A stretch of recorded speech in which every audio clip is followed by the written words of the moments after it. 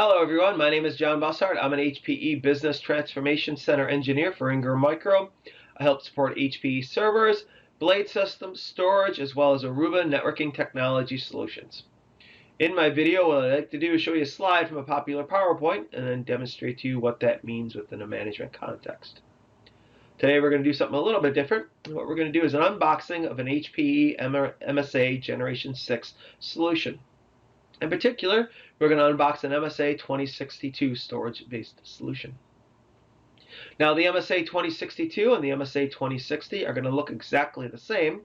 The differences between these two systems is the MSA 2062 includes a couple of 1.92 terabyte SSD drives, as well as the Advanced Data Services licenses. So with the Advanced Data Services license, you're going to get 512 snapshots. You're going to be able to replicate your data between arrays, as well as you get a performance tier for your tiering capabilities. So when I say tiering, what does that mean? Well, you have the ability to take a volume and carve it out onto the system, and that volume, the blocks and bits that represent that volume, can be spread across different drive types, so nearline, SAS, and with Advanced Data Services, you could tier that across SSD drives. And on an ongoing basis, the storage system will choose where you can get the most performance out of your information, and it'll place those blocks of data accordingly on the correct medium. Now, the MSA 1060 is another solution. It's a little bit more cost effective. It's not as high performance as the MSA 2060 or the 2062. And that really comes when we look at the back of the solution and the ports that we have on them. So these solutions can all support 10 gig iSCSI, fiber channel, as well as SAS connectivity. As a matter of fact, if you want SAS connectivity, this is your HPE product solution that you want to look at. The differences come really with the 1060 and the 2060 and 2062. It's the amount of host ports you get on these systems. So the 2060 and 2062 will have 4 host ports per controller for a total of 8. And the MSA 1060 will have 2 host ports per controller for a total of 4. So for example, in the case of iSCSI, the 2062 could have up to 8 iSCSI ports per solution, and the MSA 1060 will have 4 iSCSI ports per solution, or 2 per controller. Now, these solutions are all available in large form factor as well as small form factor solutions. Also, this new MSA Generation 6 line of products introduces a new RAID level called MSA-DP+. And this is a lot like RAID level 6, meaning I have double parity bit within my storage capabilities for redundancy, but it offers faster rebuild time as well as enhanced performance. The trade-off is I will need 12 drives in order to support this capability, but I think it's something that you're certainly going to want to do. So, with all that being said, let's unbox the solution. Okay, here's our MSA 2062. It's the box for it. Obviously, I've opened this guy up, but I put everything back. So again, this should be the experience that you get when you get one of these systems. So let's take a look at the inside of this system.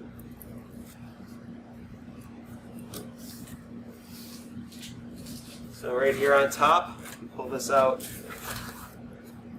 You can see it's the nice HPE bezel.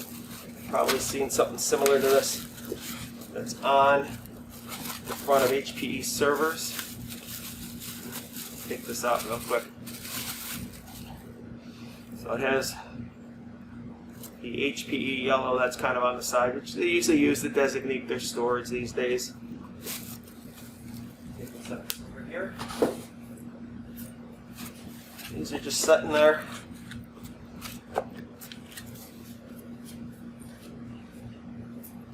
Obviously, we have a little packing here,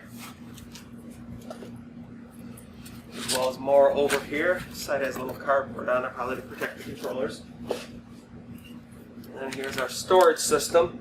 I'm going to pull this out. You probably can't see it, but back here, as well as underneath, there's some other material that we're going to want to look at.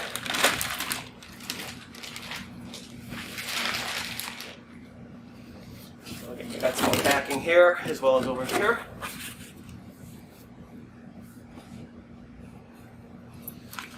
And then back here we have some documentation. Nothing to write home about. Obviously you want to go online. Some C13 to C14 power cords, a couple of them, because there's redundant power supplies in the system. And then here we have a USB cable. I'll show you that real quick. All right, kind of a standard connection on that side, and then a little bit older style connection. It's not the mini that we see in phones most of the time, so it's the little bigger one.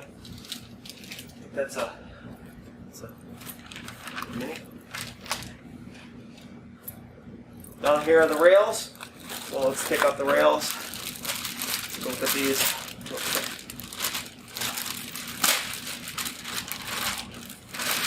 They come out over the top here.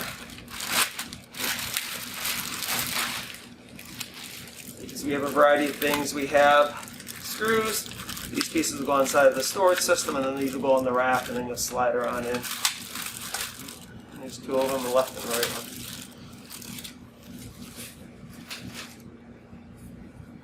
one. Alright, so that's it. That's the inside of our box. Let's take a look at the actual system itself. Okay, here's the front of our MSA 2062. Now real quick, I'd like to note down here, it says MSA 2060. So hardware-wise, the 2060 and the 2062 are the same enclosure here, right? Same controllers and everything. Really, the differences between the 2060 and the 2062 is really a software license that you get with this. So you get the Advanced Data Services software license, and this is a nice license to have.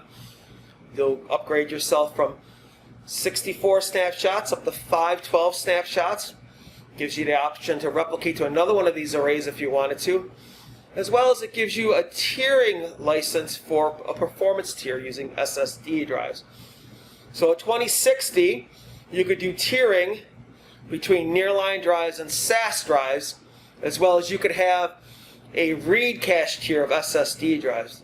But if you need a read-write tier of SSD drives, right, then you'll need this Advanced Data Services license. You can upgrade a 2060 to that license if you need to, but it comes with this system.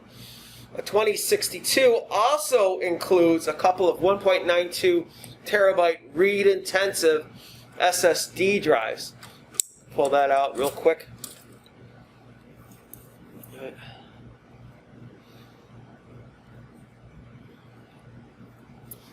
Let's put that back in. Now this is a 2.5-inch drive system, or a small form factor system. So I have 24 small form factor drives in this guy. They do make an option for large form factor drives, or 3.5-inch drives. You can have 12 large form factor drives in the head unit if you wanted to. Now if you notice, I've got a couple missing filler panels, but if you're only going to put 2 drives in a system like this, I'd be very surprised. Another solution that's included with this next generation of MSA systems is a new RAID type, which they're going to recommend. It's called MSA-DP+. What this is the ability to do is to set up something better than a RAID 6 inside your environment. So most storage arrays are using RAID 6 within their environments because rebuild times are getting crazy and 2 drive failures are starting to pop up. MSA-DP+ will allow you to kind of have that same resiliency in a RAID 6, but because they're kind of striping drives data around inside the system, right, in a different fashion, something maybe similar, maybe you'd see like in a 3-PAR Primera-based system for redundancy, right? Striping data around. So this will give you the ability to upgrade single drives again. So that's something that we haven't been able to do in an MSA for a little while. It'll also give you the ability to have faster rebuild times as well as better performance. So certainly RAID 6 can have an impact on your environment. So certainly MSA-DP+ is something you want to look at within this environment. All right, so let's quickly look at the top of the system. All right, so here's the top of our MSA. Really not much to write home. What I thought I would do during this time is a couple things. First, I thought I would pop out a controller. So it's really easy to pop out a controller. They just kind of have this latch here. You clip it. Comes out super easy. I kind of like that. Here's the mechanism. We'll talk about these ports in the back when we get to the back. But I will show you that side so you can see what the entire controller looks like. And she slides right back in and she locks down by just slipping that back in place. What I do want to take the time about, right now is to really show you the differences in drives in the system. So I had pulled out this drive when we were looking at the front. This is one of the SSD drives that come with this 2062 MSA. And we could certainly, I gave you a quick look at it before to show you what it looks like. Traditionally, what the MSAs have done is use the same drives that have been in the servers. All right, so for example, this would be in the previous generation of MSAs. All right, and this is the drive type. All right, and you could find this drive used in ProLiant servers Gen 7 and older. Obviously, that's getting a little longer in the tooth. All right, so that's why they moved to this new form factor. But I think it's important to note that it's not the same drive that's in the new ProLiant systems, which looks like this. All right, and this would be the new drives that are in the ProLiant systems. So it is a little bit different. Seems a little bit more sturdier. Right, again. So that's the different drive types. This is the new drive carrier that they're using in these systems. Okay, here's the back of our MSA 2062, which is quite obviously how the back of a 2060 will look. For a frame of reference, this was the controller that I pulled out and just showed you. Push that back in. There's one controller here, and there's another one over here. You can see they're kind of flipped over on each other. For example, this controller has 4 10 gig iSCSI ports in this orange area, and you can see the other 4 are down here on the secondary controller. They do make this storage system as iSCSI, fiber channel, as well as SAS connected or SAS Direct Connect. Just keep in mind with SAS Direct Connect, your host connectivity is limited, as well as you lose the ability to replicate your data between 2 of these boxes. There is a 1060, which is kind of a little brother to these systems. They'll look similar on the back, except the controllers won't be as powerful, and they'll only have 2 interfaces per controller. All right, so in orange here. Some other ports, there's manufacturing ports here. There's a SAS port here, which there's another one over here. So you can add extra storage shelves onto this. So if you run out of storage space in the front of this box, you can add extra storage shelves. In the case of a 2060, you can add an extra 9 shelves, and those shelves come as in small form factor or another 24 2.5-inch drives, or large form factor, which would be 12 3.5-inch drives. In the case of the 2060 and the 2062, you can do an extra 9 shelves off this box, off these ports. And in the case of a 1060, you can do another 3 shelves off this port. So that's the SAS expansion port. You also have an Ethernet port here, and this will be for management or out-of-band management. And you'll put an IP address on this controller as well as this controller, and from either of those IP addresses, you can manage this entire box. And again, that's for redundancy. If the one controller goes away, you can manage it from the other controller. Finally, we have the serial connection in here, which is a USB interface. And if you remember that cable I showed you a little bit earlier, right, you have the ability to kind of plug this cable in and CLI into this box and do something like set up the initial IP addresses if you wanted to. Right. If you're familiar with how you managed the MSAs before through this cable, it's the same cable that they've used in the past. Finally, we have redundant power supplies, so one here and one over here, and I could pull that out. So this is a very highly available system, so redundant power supplies, redundant controllers, redundant inputs in this guy. So there's a variety of ways that you could resolve a failure within this environment.